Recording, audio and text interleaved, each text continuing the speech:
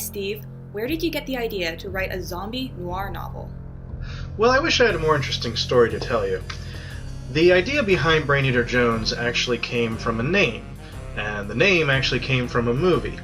I was watching Indiana Jones and the Last Crusade one day, and there's a scene where a German colonel is driving a tank through the desert, and Indy's actually on the outside of the tank.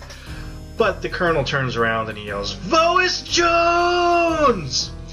And he does it in this really hammy style. So for the next few weeks I was walking around yelling, "Voice Jones!"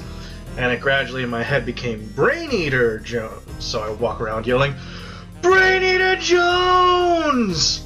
And then I asked myself, who is Braineater Jones? Why would there be such a person?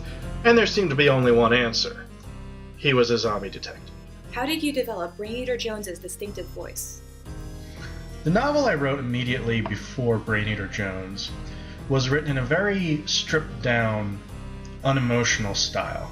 I took out all of the adverbs, most of the adjectives, made it as simple and streamlined and unemotional as possible. So when I set out to write Braineater Jones, I was sick of doing that. And I set out to do the exact opposite with this book. My stated goal was to write the purplest prose possible, like an old-timey, newspaper article or something like straight out of the 30s. I wrote this during National Novel Writing Month in November, so writing such a large amount of text, I wrote almost the entire thing in 30 days, writing such a large amount of text in such a short period of time ensured that it was almost like stream of consciousness, like straight from my head to the page, and like I said, as purple as possible. What was the hardest part about writing this book?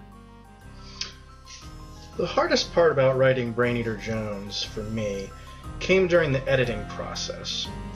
And this would be when I found out that some joke or reference or crack that I had made was really not going over well. You sometimes hear in the movies or on TV when they talk about something won't play, usually they'll say it won't play in Peoria. And when I found out that 4 or 5 people had read a joke that I had written, and all of them said, "What is this? What does this mean? I don't get it." And it made me realize, the audience isn't the problem here. The writer's the problem here. So I guess you could say the hardest part for me was having to kill my darlings. In your book, Braineater Jones is surprised when he learns who he was before he died. Do you believe people's personalities are shaped by their environments? Now that's no fair, Mary. You asked me to keep this interview under 5 minutes, and you go and you ask me a question that mankind has been trying to get to the bottom of for the past 10,000 years. Is man shaped by his environment, or does he shape his environment? I don't feel like I have the authority, moral, intellectual, or otherwise, to give you an answer to that. But what I will say is I'm glad that you noticed that Braineater Jones was about identity. I'm glad you noticed that Jones chooses to be a different person in death than he was in life. And I will say that my goal was to get people thinking about what constitutes your identity, whether you're more than the sum of your body, and things like that. But as for answering it, I will leave that up to you and your capable fans and my readers. But for such a difficult question, thank you, madam. I doff my cap to you. Your book contains a lot of elements that some people might find shocking. Was it your intention to push the boundaries of fiction? Oh, well, thanks. That's very nice of you to say.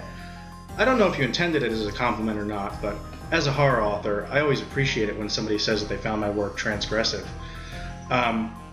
It is definitely part of the culture that we want to be shocking, and we want to find new ways to do that.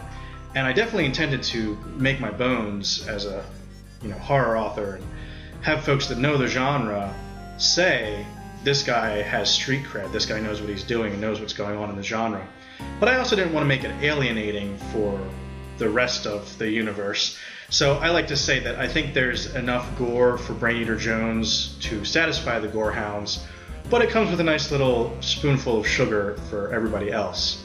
Now, if you want to see some really transgressive stuff, I hope you'll keep me in mind for an interview when my second novel comes out, and hopefully that won't give you too many nightmares for the rest of your life.